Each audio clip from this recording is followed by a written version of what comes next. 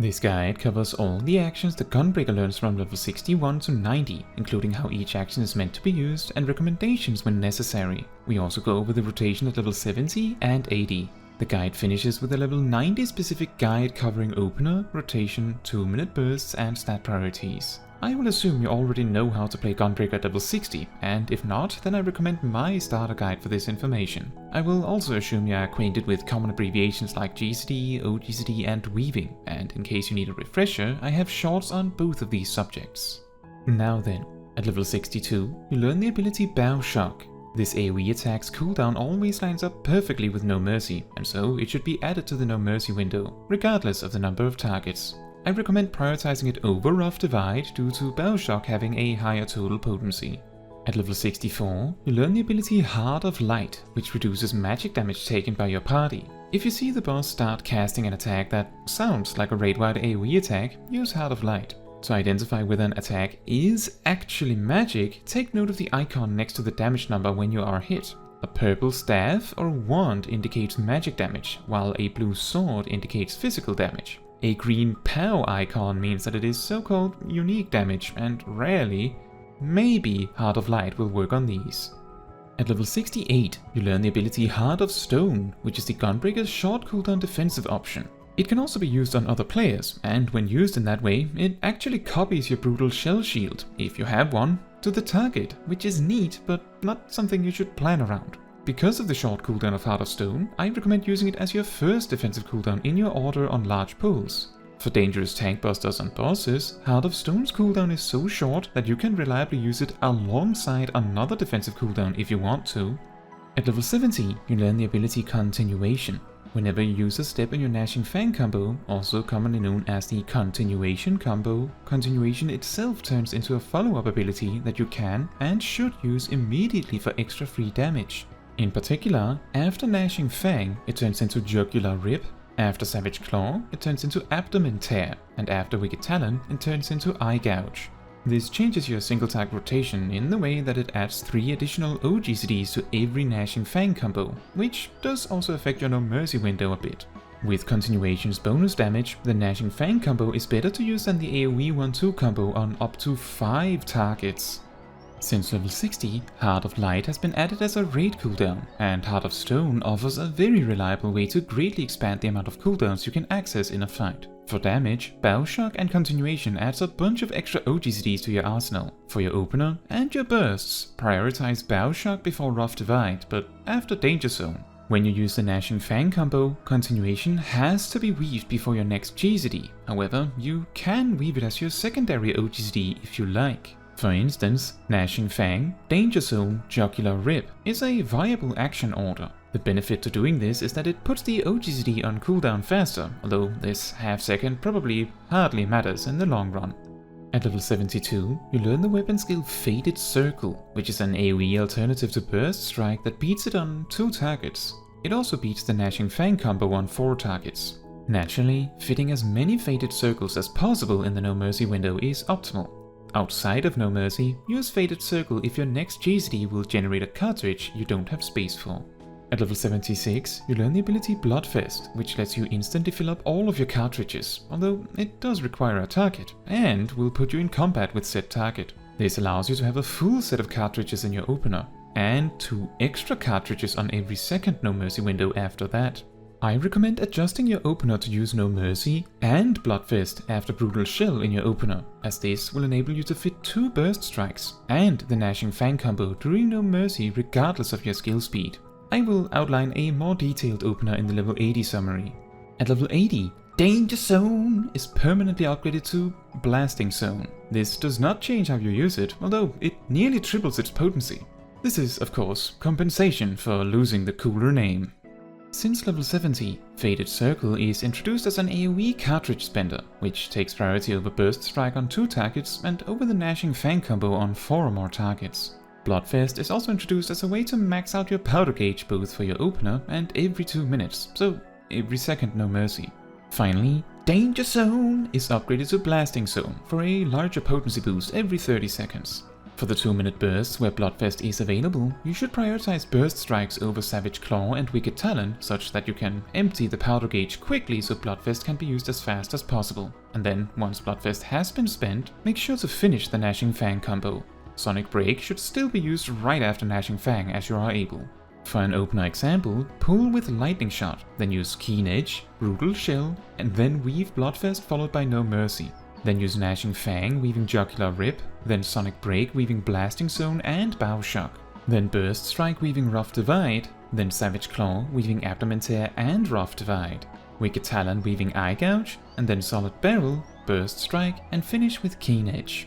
If you have some skill speed, late weaving No Mercy should also let you fit Brutal Shell at the end. It is worth mentioning that early weaving Blasting Zone will cause you to have to early weave Blasting Zone again during the small burst, late weaving a continuation. If you find this confusing, simply flip the order of Bow Shock and Blasting Zone in the opener such that Blasting Zone becomes a late weave instead. At level 82, Heart of Stone is permanently upgraded to Heart of Corundum, which increases its duration to 8 seconds and adds the additional effect Clarity of Corundum, which is identical to the original damage reduction effect, although only a 4-second duration. It also adds Catharsis of Corundum, which lasts 20 seconds, which heals you a significant amount either if you drop below half HP or if the timer ends. This massive upgrade does not change that much in how you use the ability, since you would already want to use it extremely aggressively. Perhaps the situational healing would give you reason to use it even more aggressively. Notably, if a party member is below half HP, you can use Heart of Corundum to instantly heal them if you don't need the cooldown for yourself. In Endwalker leveling dungeons, you may find that enemies hit surprisingly hard, and rather than fitting Heart of Corundum between other options, you may sometimes need to combine it with other cooldowns at the start of a large pull. At level 84, your 1-2-3 combo gets a significant potency boost, however, not significant enough to change anything for your rotation. Additionally, Aurora gets an extra charge, so you can use this a lot more freely and even save a charge for when you really need it. At level 86, you learn the Enhanced Continuation trait, which causes Burst Strike to also activate Continuation, allowing you to use Hyper Velocity. This significantly boosts the damage value of Burst Strike. However, this does not change anything about your rotation, except for adding Continuation after every Burst Strike, of course. At level 88, your powder gauge is expanded to hold 3 cartridges instead of 2. Also, Bloodfest is upgraded to grant an additional cartridge to match. However, despite the icon existing with 3 cartridges, Bloodfest's icon is not replaced. I have to live with this knowledge, and now you do too. For your No Mercy window, this of course means you can carry an extra cartridge into the burst, and Bloodfest also grants an extra, allowing you to use at least 6 cartridges. However, the slightly overwhelming amount of cartridges this leads to is not too important to optimize around, as at level 90 you learn the weapon skill Double Down, which on a minute cooldown, perfectly lining up with No Mercy, does an astronomical amount of damage with an AoE component. It also uniquely costs 2 cartridges instead of 1. This should be used in every No Mercy window. I recommend using it after Sonic Break, and that effectively means it replaces the Burst Strikes after Sonic Break as presented at level 80. Naturally, Double Down should be used on any number of targets, as it is your strongest attack for all occasions, including birthday parties. Okay, maybe not birthday parties. To round off, let's first talk about an opener followed by general rotation, as well as how this works with the 2-minute burst, and finally, let's briefly touch on stat priorities on gear. Let's begin with a 2.50 GCD opener. Make sure that Royal Guard is active if you plan to be actually tanking. Then open with Lightning Shot, followed by Keen Edge, and if you intend to use a tincture, a so-called burst potion, this is a great time to do so. Then use Brutal Shell, weaving No Mercy and Bloodfest. Then use Gnashing Fang, weaving Jugular Rip. Late weaving it can be relevant in a coordinated group. Sonic Break, weaving Blasting Zone and Bow Shock. Then Double Down, weaving Rough Divide. Then use Savage Claw, weaving Abdomen Tear and another Rough Divide. Wicked Talon, weaving Eye Gouge. Then Solid Barrel, Burst Strike, weaving Hyper Velocity, and finish with Keen Edge. If your GCD is faster than 2.47, you can instead use the tincture after Brutal Shell and delay No Mercy to a late weave after Solid Barrel, followed by using your OGCDs a lot more concentrated from the very start. Make sure to use Bloodfest after Gnashing Fang, but technically you can wait with using Bloodfest until just before Double Down. These adjustments to the opener are mainly intended to line up slightly better with raid buffs, so this is of course a lot less crucial outside of coordinated groups. Now, this then leads to the general rotation. Gunbreaker's rotation revolves around the No Mercy burst, downtime filler sequences, and the small bursts in between. In particular, starting after the opener, the rotation sequence goes downtime, small burst, downtime, No Mercy burst, downtime, small burst, downtime, No Mercy Bloodfest burst. Repeat, with the No Mercy Bloodfest burst naturally aligning with their 2-minute burst. The downtime filler is signified by 1-2-3 combos and pretty much nothing else. The small burst is signified by Gnashing Fang coming off cooldown, and you simply use it immediately. This also applies to Blasting Zone.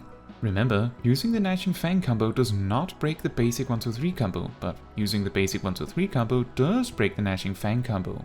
The No Mercy burst window optimally starts exactly when No Mercy comes off cooldown, regardless of where you are in your 1-2-3 combo, and to some extent regardless of your cartridge count. I will get to that.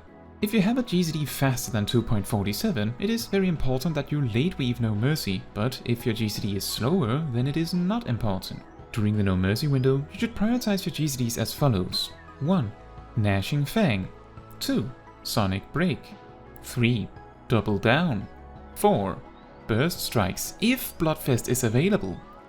5. Savage Claw and Wicked Talon. 6. Burst Strikes. And 7. 1-2-3 combos. If, for example, you don't have cartridges to use Double Down for some reason, prioritize 1-2-3 combos to make that happen. Remember that basic combos break the Gnashing Fang combo, so finish that first if you have to too. Under very rare circumstances, a fight may not actually give you the opportunity to produce a lot of cartridges due to long periods of zero uptime.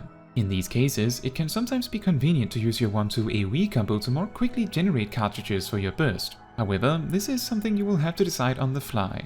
It is also worth noting that with a GCD of 2.50, a single second of delay in your downtime filler may cause you to enter No Mercy with only 2 cartridges. Entering with just 2 cartridges will always still give you enough time to use everything you need to, but it can be confusing, so some players may prefer to postpone No Mercy until you have 3 cartridges safely acquired, at a small DPS loss. For AoE adjustments, on 2 or more targets, replace your 1-2-3 combo as well as Burst Strike with your 1-2 AoE combo and Faded Circle. On 4 or more targets, skip the Gnashing Fang combo too. The AoE combo also beats Sonic Break on 5 or more targets, but I do recommend skipping Sonic Break on AoE in general unless you know a specific target will live the full duration and requires the extra focused damage. This also simplifies your No Mercy windows more and more the more targets there are. But notably, Double Down will always be way better than Faded Circle. All of your OGCD options, Blasting Zone, Bowshark, Rough Divide and Bloodfest, should still be used as they are on single target, very aggressively. Finally, regarding stat priorities, take note that in nearly every single case, item level beats out optimal secondary stats. This means you should always prioritize gear with higher item level, as long as it has strength on it. After that, Gunbreaker's stat priority is Critical Hit, then Directed and Determination, and finally Tenacity. Directed and Determination are almost identical in value, however, prioritizing whichever one you have less of tends to have a bigger impact on your damage output. As Directed never occurs naturally on tank gear, they will always be ever so slightly superior to Determination to melt with materia. Skill speed is an interesting stat for Gunbreakers, as your burst and your resource generation is heavily impacted by whether you have a GCD of 2.47 or slower, or 2.46 or faster. This cutoff point occurs because the faster GCD allows a 9th GCD during No Mercy. Another particular breakpoint is 2.40, as it will allow you to fit an additional GCD per minute, primarily making your resource generation more flexible. Overall, Gunbreaker's skill speed preference is such that optimized builds can run with whatever maximizes critical hit and determination on gear, and if that includes 0 skill speed, then 2.50 will be recommended. And if it does include some skill speed, then that might be the most effective. This is to say that Gunbreaker's skill speed preference is heavily dictated by the gear options at any given tier. However, this also means that the damage difference isn't insanely big, and that means you can very freely choose to prioritize skill speed heavily to reach a specific GCD point that you like. Now, that is all for this video. Thank you so much for watching. If you want to support me and my channel, you can make sure to let the YouTube algorithm know by liking the video, leaving a comment, subscribing, and hitting the bell to get notified when next I post a video. And if you want to give even more support than that, you can also become a member of the channel like these wonderful people here. Fun fact, Double Down only doing 15% less damage with its AoE component makes it the only AoE attack with a potency of over 1000, Double Down's AoE component being 1020. This is further amplified by No Mercy, of course. Despite Gunbreaker being a tank, Double Down's AoE damage also beats any other ordinary single AoE action accessible to normal jobs. So when I say Double Down does an astronomical amount of damage, it is really about the AoE part when you really think about it.